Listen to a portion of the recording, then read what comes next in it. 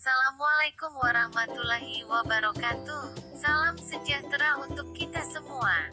Di sini kami dari kelompok 7 ingin menjelaskan materi tentang kalimat tunggal, yakni pola-pola dan contoh. Saya harap teman-teman dapat mendengarkan materi sebaik-baiknya.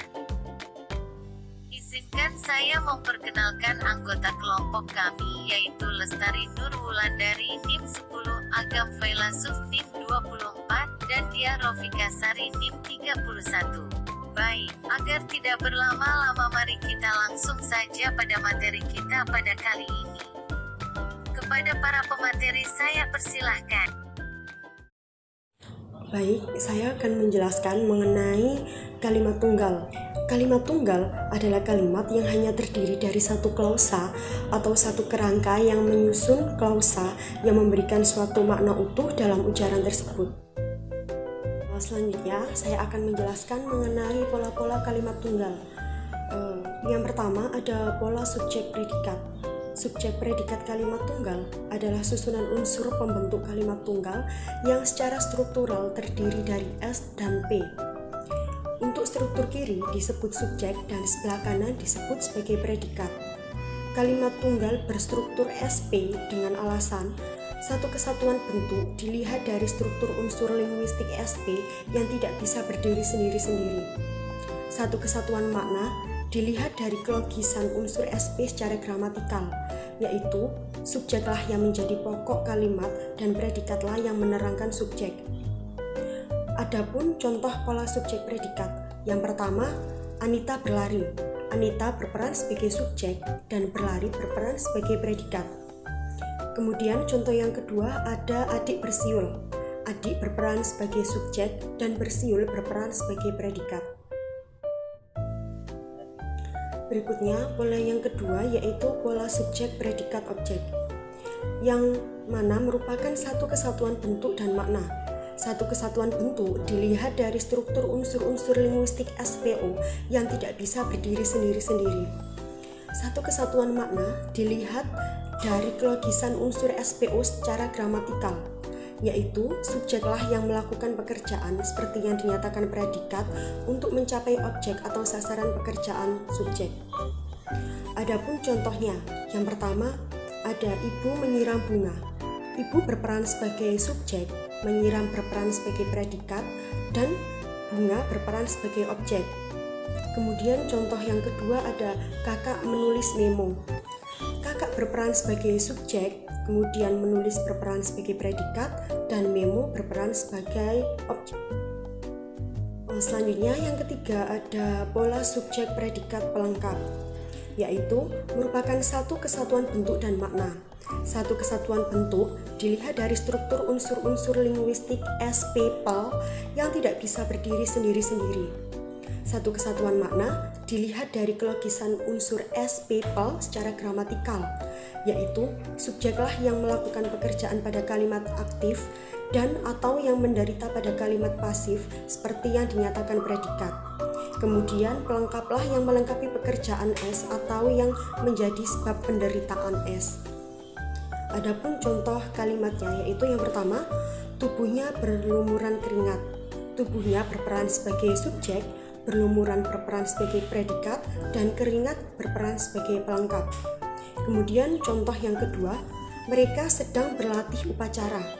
Mereka berperan sebagai subjek, sedang berlatih berperan sebagai predikat, dan upacara berperan sebagai pelengkap.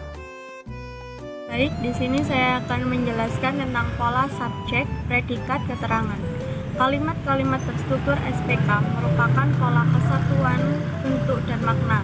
Satu kesatuan yang dilihat dari bentuk struktur unsur-unsur linguistik SPK yang tidak bisa berdiri sendiri. Satu kesatuan makna dilihat dari kelogisan unsur SPK secara gramatikal, yaitu subjek yang melakukan pekerjaan pada setiap kalimat aktif, keterangan yang memberikan informasi yang dinyatakan dalam kalimat seperti tempat, waktu, cara, sebab, dan tujuan. Unsur S dan P yang berfungsi sebagai subjek dan predikat pada kalimat SPPL tidak dijelaskan sebab sama dengan ciri fungsi, subjek, dan predikat pada kalimat struktur SP, SPO, dan SPPL. Contoh pada kalimat para mahasiswa itu sedang berdiskusi di ruang kelas. Para mahasiswa sebagai subjek, sedang berdiskusi sebagai predikat, di ruang kelas itu sebagai keterangan. Selanjutnya yaitu pola subjek, predikat, pelengkap, dan keterangan. Sama halnya dengan SPK, yaitu satu kesatuan bentuk dilihat dari struktur unsur-unsur linguistik SPPLK yang tidak bisa berdiri sendiri. Satu kesatuan makna yang dilihat dari kelogisan unsur SPPLK secara gramatikal, yaitu subjeklah yang melakukan pekerjaan pada setiap kalimat aktif, pelengkap yang melengkapi dan menerangkan predikat keteranganlah yang memberikan informasi yang dinyatakan dalam kalimat seperti tempat, waktu, cara, sebab, dan tujuan. Unsur S, P, Pel, dan K berfungsi sebagai subjek, predikat, pelengkap, dan keterangan. Ciri subjek, predikat, pelengkap, dan bagian ini tidak dijelaskan sebab sama dengan ciri fungsi, subjek, predikat, pelengkap, dan keterangan pada kalimat struktur SP, SPO, SPPL, dan SPK. Contoh pada kalimat tubuhnya berlumuran keringat karena berolahraga. Tubuhnya sebagai subjek, berlumuran sebagai predikat, keringat sebagai pelengkap, karena olahraga keterangan. Kemudian selanjutnya yaitu pola subjek, predikat, objek, keterangan. Kalimat-kalimat tunggal berstruktur SPOK merupakan satu kesatuan bentuk dan makna. Satu kesatuan bentuk dilihat dari struktur unsur-unsur linguistik SPOK yang tidak bisa berdiri sendiri-sendiri. Satu kesatuan makna dilihat dari kelogisan unsur SPOK secara gramatikal, yaitu subjek melakukan pekerjaan seperti yang dinyatakan predikat untuk mencapai objek atau sasaran pekerjaan subjek. Keteranganlah yang memberikan informasi yang dinyatakan dalam kalimat seperti tempat, waktu, cara, sebab, dan tujuan. Unsur SPOK berciri fungsi subjek, predikat, objek, dan keterangan.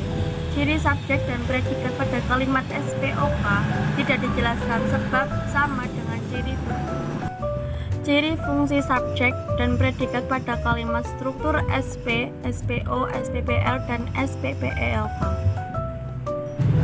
Contoh kalimat seperti ayah menyetir mobil dengan sangat kencang.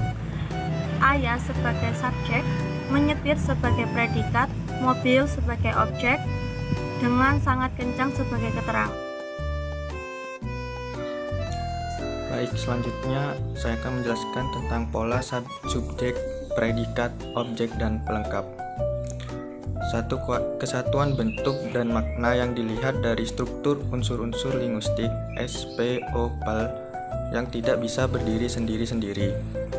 Satu kesatuan makna dilihat dari kelogisan unsur SPOPL secara gramatikal, yaitu subjeklah yang melakukan pekerjaan seperti yang dinyatakan predikat untuk mencapai objek atau sasaran pekerjaan subjek. Pelengkaplah yang melengkapi dan menerangkan subjek. Contohnya, dia menghadiahkan istrinya sekotak coklat Belgia. Dia sebagai subjek menghadiahkan sebagai predikat, istrinya sebagai objek, sekotak coklat Belgia sebagai pelengkap. Contoh yang kedua, pihak sekolah telah memberikan Rini sebuah beasiswa khusus. Pihak sekolah sebagai subjek telah menghadiahkan sebagai predikat, Rini sebagai objek, sebuah beasiswa khusus sebagai pelengkap. Selanjutnya, ada pola subjek, predikat, objek, pelengkap, dan keterangan. Satu kesatuan bentuk dan makna yang dilihat dari struktur unsur linguistik SPO, PEL, dan K yang tidak bisa berdiri sendiri-sendiri. Satu kesatuan makna dilihat dari kelogisan unsur SPO, P, PEL, dan K secara gramatikal, yaitu subjeklah yang melakukan pekerjaan seperti yang dinyatakan predikat untuk mencapai objek atau sasaran pekerjaan subjek. Pelengkaplah yang melengkapi dan menerangkan objek. Keteranganlah yang memberikan informasi yang dinyatakan dalam kalimat seperti tempat, waktu, cara, sebab, dan tujuan. Contohnya, Paman menawarkan aku sebuah pekerjaan di sebuah perusahaan swasta. Paman sebagai subjek menawarkan sebagai predikat, aku sebagai objek, sebuah pekerjaan sebagai pelengkap, dan di sebuah perusahaan swasta sebagai keterangan. Untuk contoh yang kedua, petugas hotel itu menunjukkan aku letak kamar hotel saat aku hendak ke kamar mandi. Petugas hotel sebagai subjek menunjukkan sebagai predikat, aku sebagai objek, letak kamar hotel sebagai pelengkap, dan saat aku hendak ke kamar mandi sebagai keterangan. Terima kasih kepada teman-teman sekalian. Semoga ilmu yang telah dijelaskan kali ini dapat bermanfaat bagi kita semua. Waalaikumsalam warahmatullahi wabarakatuh.